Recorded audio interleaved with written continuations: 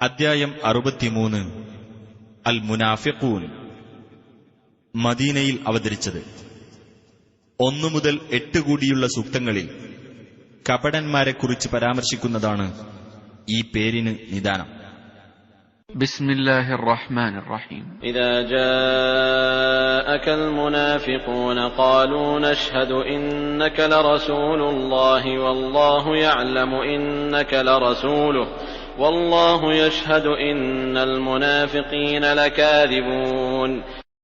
കപടവിശ്വാസികൾ നിന്റെ അടുത്തു വന്നാൽ അവർ പറയും, തീർച്ചയായും താങ്കൾ അല്ലാഹുവിന്റെ ദൂതനാണെന്ന് ഞങ്ങൾ സാക്ഷ്യം വഹിക്കുന്നു.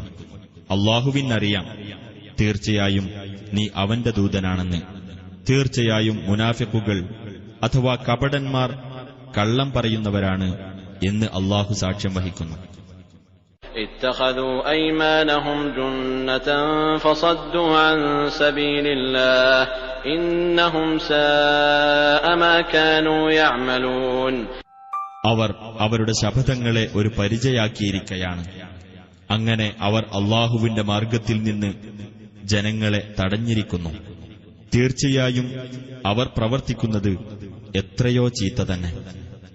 ذلك بأنهم آمنوا ثم كفروا فطبع على قلوبهم فهم لا يفقهون. അത് അവർ ആദ്യം വിശ്വസിക്കുകയും പിന്നീട് അവിശ്വസിക്കുകയും ചെയ്തതിന്റെ ഫലമത്രേ. അങ്ങനെ അവരുടെ ഹൃദയങ്ങളിന്മേൽ മുദ്ര വെക്കപ്പെട്ടിരിക്കുന്നു. അതിനാൽ അവർ കാര്യം ഗ്രഹിക്കുകയില്ല. وَإِذَا رَأَيْتَهُمْ تُعْجِبُكَ أَجْسَامُهُمْ وَإِنْ يَقُولُوا تَسْمَعْ لِقَوْلِهِمْ كَأَنَّهُمْ خُشُبٌ مُّسَنَّدَةٌ يَحْسَبُونَ كُلَّ صَيْحَةٍ عَلَيْهِمْ هُمُ الْعَدُوُّ فَاحْذَرْهُمْ قَاتَلَهُمُ اللَّهُ أَنَّى يُؤْفَكُونَ. നീ അവരെ കാണുകയാണെങ്കിൽ അവരുടെ ശരീരങ്ങൾ നിന്നെ അത്ഭുതപ്പെടുത്തും. അവർ സംസാരിക്കുന്ന പക്ഷം നീ അവരുടെ വാക്ക് കേട്ടിരുന്നു പോകും. അവർ ചാരിവെച്ച മരത്തടികൾ പോലെയാകുന്നു. എല്ലാ ഒച്ചയും തങ്ങൾക്കെതിരാണെന്ന് അവർ വിചാരിക്കും. അവരാകുന്നു ശത്രു. അവരെ സൂക്ഷിച്ചുകൊള്ളുക. അല്ലാഹു അവരെ നശിപ്പിക്കട്ടെ. എങ്ങനെയാണവർ വഴിതെറ്റിക്കപ്പെടുന്നത്? وَإِذَا قِيلَ لَهُمْ تَعَالَوْا يَسْتَغْفِرْ لَكُمْ رَسُولُ اللَّهِ لَوَّوْا رُءُوسَهُمْ وَرَأَيْتَهُمْ يَصُدُّونَ وَهُمْ مُسْتَكْبِرُونَ. നിങ്ങൾ വരൂ, അല്ലാഹുവിന്റെ ദൂതൻ നിങ്ങൾക്കു വേണ്ടി പാപമോചനത്തിന് പ്രാർത്ഥിച്ചുകൊള്ളും എന്ന് അവരോട് പറയപ്പെട്ടാൽ അവർ അവരുടെ തല തിരിച്ചുകളയും. അവർ അഹങ്കാരം നടിച്ചുകൊണ്ട് തിരിഞ്ഞുപോകുന്നതായി നിനക്ക് കാണുകയും ചെയ്യാം. سواء عليهم أستغفرت لهم أم لم تستغفر لهم لن يغفر الله لهم إن الله لا يهدي القوم الفاسقين. നീ അവർക്കുവേണ്ടി പാപമോചനത്തിന് പ്രാർത്ഥിച്ചാലും പ്രാർത്ഥിച്ചിട്ടില്ലെങ്കിലും അവരെ സംബന്ധിച്ചിടത്തോളം സമമാകുന്നു. അല്ലാഹു ഒരിക്കലും അവർക്ക് പുറത്തുകൊടുക്കുകയില്ല. തീർച്ചയായും അല്ലാഹു ദുർമാർഗികളായ ജനങ്ങളെ നേർവഴിയിലാക്കുകയില്ല. هم الذين يقولون لا تنفقوا على من عند رسول الله حتى ينفضوا ولله خزائن السماوات والأرض ولكن المنافقين لا يفقهون.